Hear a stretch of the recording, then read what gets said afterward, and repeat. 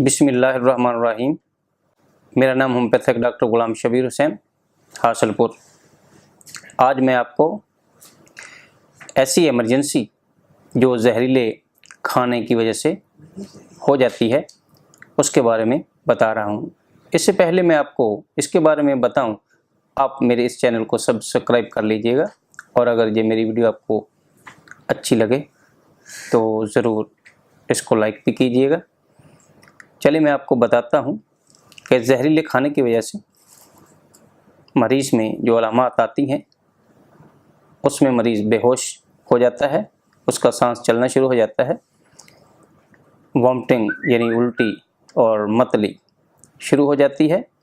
अगर ये अलामात आपको मिल जाएं तो आप फ़ौरन मरीज़ को होश में लाने की कोशिश करें।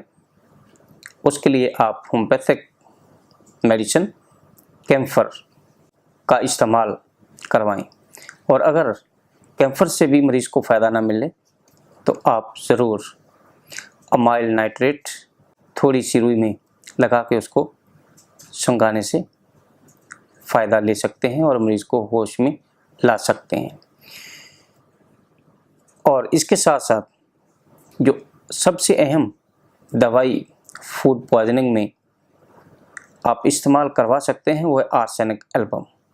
आर्सेनिक एल्बम में आप 2 घूंट पानी में 5-6 कतरे मरीज़ को बार बार इस्तेमाल करवा सकते हैं।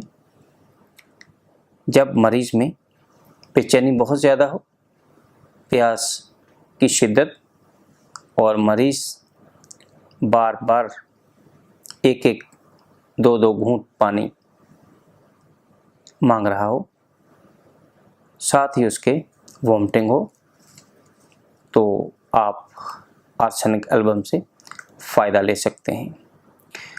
और अगर फूड पॉइजनिंग में खून आना शुरू हो जाए और खून सुर्ख रंग का हो तो आप वहाँ पे मिलीफोलियम 200 में इस्तेमाल मरीज़ को करवा के मरीज़ को फ़ायदा पहुँचा सकते हैं।